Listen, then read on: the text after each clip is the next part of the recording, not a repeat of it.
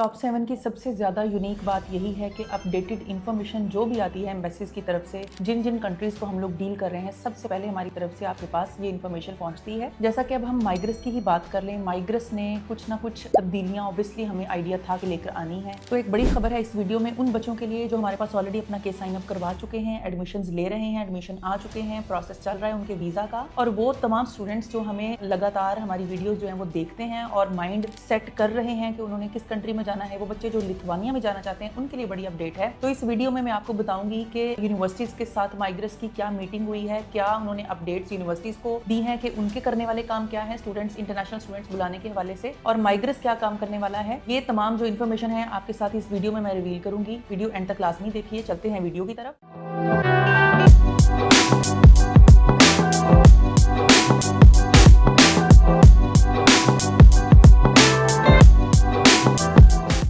जी, अपने उन तमाम स्टूडेंट से मैं मुखातिब हूँ जिनके स्प्रिंग इनटेक के एडमिशन्स आ गए थे, ऑफर लेटर्स आ गए थे, लेकिन उनको केएसयू ने ईमेल्स करना स्टार्ट कर दी थी, या उन्होंने जब फीस जमा कराई तो केएसयू ने डायरेक्ट उनको स्प्रिंग इनटेक की बजाय ऑफर लेटर दिया सितंबर इनटेक का यानी ऑटम का, और उन्हें बाकायदा ईमेल्स की कि हम आपको फरवरी में अकोमोडेट नहीं कर सकते हैं, हम आपको डायरेक्ट सितंबर इनटेक के लिए ही ज्वाइन करवाएंगे। और वो बच्चे हसल का शिकार थे। डेफिनेटली उनको कंसर्न होते हैं स्टूडेंट्स, उनको इस चीज की परेशानी थी कि ये क्या हुआ, हमें ऑफर लेटर इन्होंने फरवरी या सितंबर का स्लैश डाल के दिया जी, आप दोनों में से किसी भी इनटेक के लिए एलिजिबल हैं। जब हमने अपना केस फटाफट प्रोसीड किया है फरवरी इनटेक के लिए, जैसे ही हमने फीस जमा कराई है तो यूनिवर्सिटी हमें ऑफर लेटर फरवरी की बजाय सितंबर का दे रही है। जी, यूनिवर्सिटी ने बच्चों से कहना शुरू कर दिया था कि हमारी माइग्रेस के साथ बातचीत चल रही है, माइग्रेस डिपार्टमेंट ने कुछ तब्दीलियां लानी है जिसकी बेस पे हम आपका प्रोसेस होल्ड कर रहे हैं। आपकी फीस हम तक पहुंच गई है, हम फरवरी इनटेक आपको नहीं देंगे, फरवरी की बजाय हम आपको डायरेक्ट सितंबर इनटेक में ही ज्वाइन करवाएंगे। जी, उसके पीछे रीजन ये है कि माइग्रेस को हर छोटी छोटी चीज देखने के लिए ऑब्वियसली डॉक्यूमेंट्स, जैसे मैंने आपको पहले बताया कि माइग्रेस बड़ी बारीकी से इवैल्यूएशन कर रहा है स्टूडेंट्स के डॉक्यूमेंट्स पे, उनके दिए गए एफिडेविट्स पे, उनके दिए हुए तमाम डिक्लेरेशंस पे। तो उनको बहुत टाइम लग रहा था। जाहिर सी बात है, इंटरनेशनल स्टूडेंट्स बहुत ज्यादा अप्लाई कर रहे हैं लिथुआनिया के लिए। एक बेस्ट डेस्टिनेशन है, कम खर्च में आप वहां पहुंच जाते हैं। शेंजन कंट्रीज के अंदर तमाम आपके पास फैसिलिटीज होती हैं कि आप किसी भी कंट्री में आगे आप पीएसडब्ल्यू के दौरान जा सकते हैं। तो माइग्रेस को बहुत ज्यादा टाइम लग रहा था। बड़े बच्चों के केसेस सस्पेंड हुए, बड़े बच्चे डिले हुए। अभी तक बच्चे जो हैं वो 3-3, 4-4 महीनों से इंतजार कर रहे हैं अपने डिसीजन का, टीआरपी के डिसीजन का। तो इस चीज से बचने के लिए माइग्रेस ने उन तमाम यूनिवर्सिटीज के साथ मीटिंग की। तमाम यूनिवर्सिटीज को उन्होंने ये चीज जो है वो बताई है कि आपने बच्चों के जो वीजा डॉक्यूमेंट्स हैं, यानी जो मीडिएशन लेटर है और फाइनल एक्सेप्टेंस लेटर, तो खैर जैसे ही बच्चा फीस जमा करा देगा उनको मिल जाएगा, लेकिन जो मीडिएशन लेटर है जिसकी बेस पे आप अपनी लिथुआनियन एम्बेसी में यानी वीएफएस में बायोमेट्रिक्स के लिए अपनी जो है वो अपॉइंटमेंट बुक करते हैं, वो आपको तब तक नहीं मिलेगी जब तक आप यूनिवर्सिटी को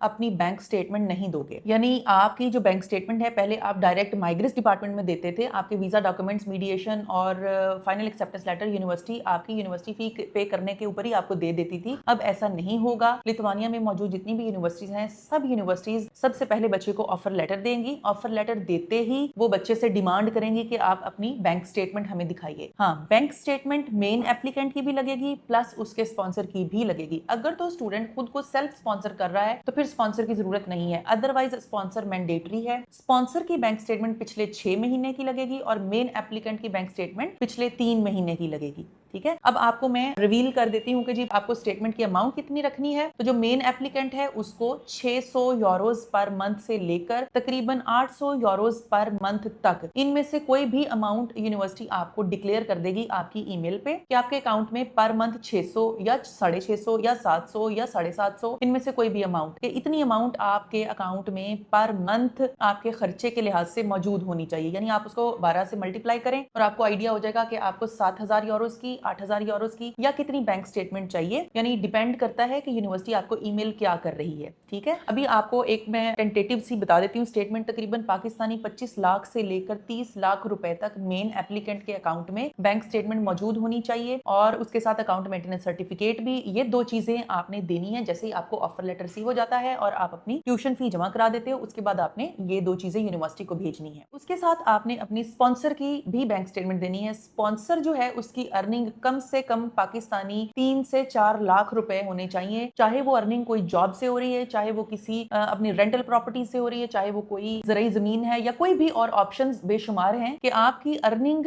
यानी आपके स्पॉन्सर की अर्निंग किस चीज से हो रही है। तो वो एवरेज जो है मंथली इनकम उनकी 3 से 4 लाख के दरमियान में होनी चाहिए। ठीक है, ये स्पॉन्सर के पिछले 6 महीने की स्टेटमेंट भी आप साथ देंगे। उसके अलावा आप साथ में स्पॉन्सर की तरफ से स्पॉन्सरशिप एफिडेविट भी देंगे, अकाउंट मेंटेनेंस सर्टिफिकेट भी देंगे। तो ये 5 डॉक्यूमेंट टोटल हो गए हैं। अब मेन एप्लीकेंट की बैंक स्टेटमेंट, स्पॉन्सर की बैंक स्टेटमेंट, मेन एप्लीकेंट का अकाउंट मेंटेनेंस सर्टिफिकेट जो कि बैंक से मिलता है, स्पॉन्सर का अकाउंट मेंटेनेंस सर्टिफिकेट जो कि बैंक से मिलता है और स्पॉन्सरशिप एफिडेविट। ये 5 डॉक्यूमेंट आप यूनिवर्सिटी को भेजेंगे, यूनिवर्सिटी उनको क्रॉस वेरीफाई करेगी, यूनिवर्सिटी बाकायदा चेकिंग करेगी, सब कुछ देखेगी। ये आधा काम माइग्रेस ने जो करना था वो यूनिवर्सिटी करके माइग्रेस को देगी। ठीक है, उसकी बेस पे आपको मीडिएशन मिलेगा। अगर उसमें कोई झोल हुआ, कोई प्रॉब्लम हुई तो आपको मीडिएशन इशू नहीं होगा। उसके बाद जब आपकी बैंक स्टेटमेंट यूनिवर्सिटी वेरीफाई कर लेगी, आपको मीडिएशन इशू हो जाएगा। फिर उसके बाद आप अपना वीजा फाइल करेंगे, यानी आप माइग्रेस फिल करेंगे और वीएफएस की अपॉइंटमेंट बुक कराने की तरफ जाएंगे। एक और बात ये बताई गई है कि आप वीजा फाइल कब कर सकते हैं। ठीक है, जब आपकी क्लासेस स्टार्ट हो रही हैं, उनकी स्टार्ट डेट से पिछले 6 महीने से पहले आपने वीजा फाइल नहीं करना। क्लास स्टार्ट डेट से लेकर पिछले 6 महीने के बीच बीच आपने वीजा फाइल करना है, उससे पहले अपने वीजा फाइल नहीं करना। यानी हमारे बहुत से स्टूडेंट्स जो पहले डेफर होते थे फेब से सितंबर के लिए, तो उनके हम वीजा दिसंबर में ही फाइल कर देते थे, इवन के सितंबर में ही फाइल कर देते थे और वो उनको एंटरटेन भी करता रहा है माइग्रेशन डिपार्टमेंट। लेकिन अब ऐसा नहीं होगा। दूसरी नई अपडेट ये है कि आपने अगर वीजा फाइल करना है तो आप 1 मार्च से कर सकते हैं, उससे पहले आप वीजा फाइल नहीं कर सकते। यानी पूरा मार्च, अप्रैल, मई, जून, जुलाई, अगस्त, ये 6 महीने बनते हैं। सितंबर में क्लासेस स्टार्ट होती हैं। ठीक है, तो आप 1 मार्च से वीजा फाइल करेंगे, उससे पहले आप वीजा फाइल नहीं करेंगे। ये भी अपने ज़हन में रखिए बात। और जैसे ही आप एडमिशन अप्लाई कर लेते हैं लिथुआनिया में, आप अपने कंसल्टेंट से फौरी बैंक स्टेटमेंट का बातचीत कीजिए और अपनी बैंक स्टेटमेंट स्टार्ट करवा दीजिए। ठीक है, पैसे होल्ड बेशक आप ना करवाएं उस वक्त, ठीक है, लेकिन आपकी बैंक स्टेटमेंट यानी आपके स्पॉन्सर की बेसिकली जो बैंक स्टेटमेंट है वो स्टार्ट हो जानी चाहिए। ठीक है, उसकी प्रॉपर ट्रांजैक्शंस विद प्रूफ्स। आपने ये बात माइंड में रखनी है कि कोई भी फॉल्स चीज जो है आपने एफिडेविट में नहीं लिखवानी स्पॉन्सर से कि उसके पास उसका प्रूफ है नहीं और वो डिक्लेयर कर रहा है कि मैं यहां से अर्निंग करता हूं। बड़ा सोच समझ के अब आपने अप्लाई करना है। जो मौजें थी, जो मजे थे, वो अब गुजर गए हैं। जो बचे जाने थे वो चले गए बगैर किसी सबूत के और रॉन्ग इन्फॉर्मेशन लगा के। अब ऐसा नहीं होना, बाकायदा चेकिंग होनी है, प्रॉपर इवैल्यूएशन होनी है और उनकी बेस पर ही आपके वीजाज लगेंगे। जो रीढ़ की हड्डी है वो बैंक स्टेटमेंट है और बैंक स्टेटमेंट को प्रूफ करना आपका फर्ज है। आप वो करेंगे तो आप जाएंगे, अदरवाइज आप यहीं पाकिस्तान में ही रहेंगे। उनको कोई कंसर्न नहीं है कि आप मिडिल क्लास से ताल्लुक रखते हैं, उनको कोई कंसर्न नहीं है आपके पास पैसे नहीं है, आपने किसी से पैसे लिए हुए हैं, आपने इन्वेस्टर से पैसे लिए हुए हैं, आपने खानदान में से किसी से पैसे पकड़े हुए हैं। उनको इस चीज से कोई फर्क नहीं पड़ता। ठीक है, आप उनको जो बात बता रहे हैं कि मैं अमीर कबीर हूं, ठीक है, मेरे पास अमाउंट है, मेरा जो स्पॉन्सर है वो बड़ा अर्निंग करता है बड़ी अच्छी और मुझे वो सपोर्ट करेगा, वो उसी बात पर यकीन करेंगे। ठीक है, उनको इस चीज से कोई फर्क नहीं पड़ता कि आपने बैंक स्टेटमेंट कब से रखवाई हुई है और आपका वीजा कब तक आ रहा है। उन्होंने अपना थ्रू प्रॉपर चैनल चलना है। जो वेट करना है वो आपने करना है, उनका इससे कोई लिंक नहीं है। Thank you so much.